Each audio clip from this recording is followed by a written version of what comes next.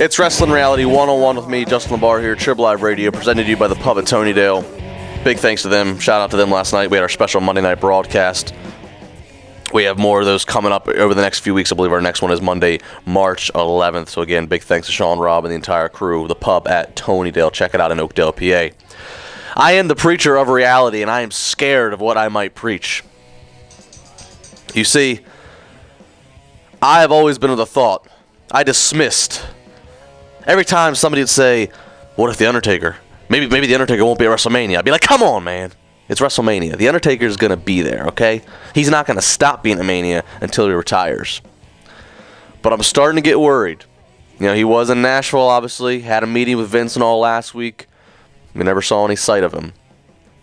Then, we have the night after Elimination Chamber, Raw.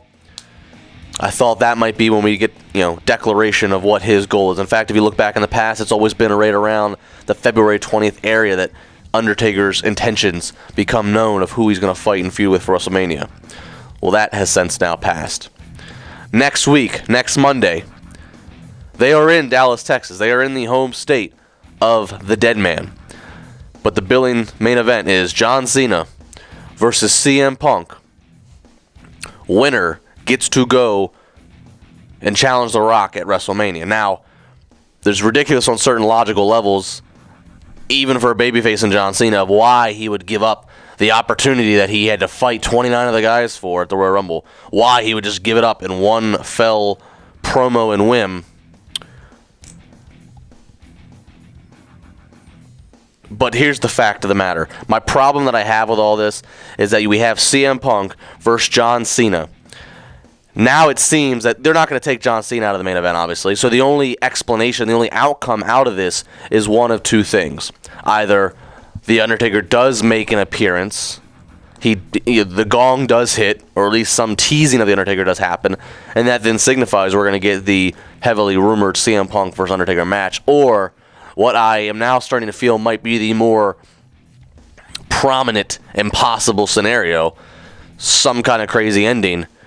And ultimately, we are going to get the triple threat. The triple threat that, yes, I've been saying I've wanted to see. I'm not going to hate on the fact that we have the triple threat. The triple threat I've wanted to see. Rock defending the title against John Cena and CM Punk. The three finally getting in the ring together. We'll never have another chance to see all three of these guys in one match together. But I fear that's where we're going. I fear it, and the reason I fear it, not because that's not going to be a good match in its own right, but what about The Undertaker? I understand what his logic probably is. If he's fighting tooth and nail with Vince and WWE saying, I'm not going to do Mania, I can probably see it's him saying, look, you want me to be a part of WrestleMania 29, or do you want me to be a part of WrestleMania 30? You can't have both, because my body can't have both. Which one do you want? You already have the novelty of The Rock. You already have the novelty of Brock Lesnar coming back. This WrestleMania is probably already set in motion creatively, so you'd probably say, you're The Undertaker, you're a cornerstone of WWE, let's have you for WrestleMania 30, and that gives you a whole other year to keep rehabbing your body, a body that's had several major surgeries in the last year. That's where I fear this is headed.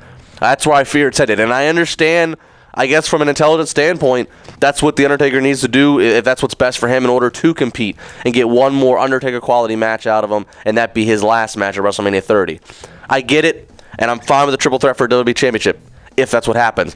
But I still fear how this could ultimately affect The Undertaker's legacy. The fact that he's going to, ever since the streak has become a thing, he hasn't missed Manias. He's missed Manias in the past. He missed WrestleMania 10. And he missed, what was the other one he missed? He was gone for, was it WrestleMania? Was it 18? He wasn't around. One of those. 18, I think it was, or maybe it was 16. 16, whatever. You know what I'm talking about? Yeah, 16.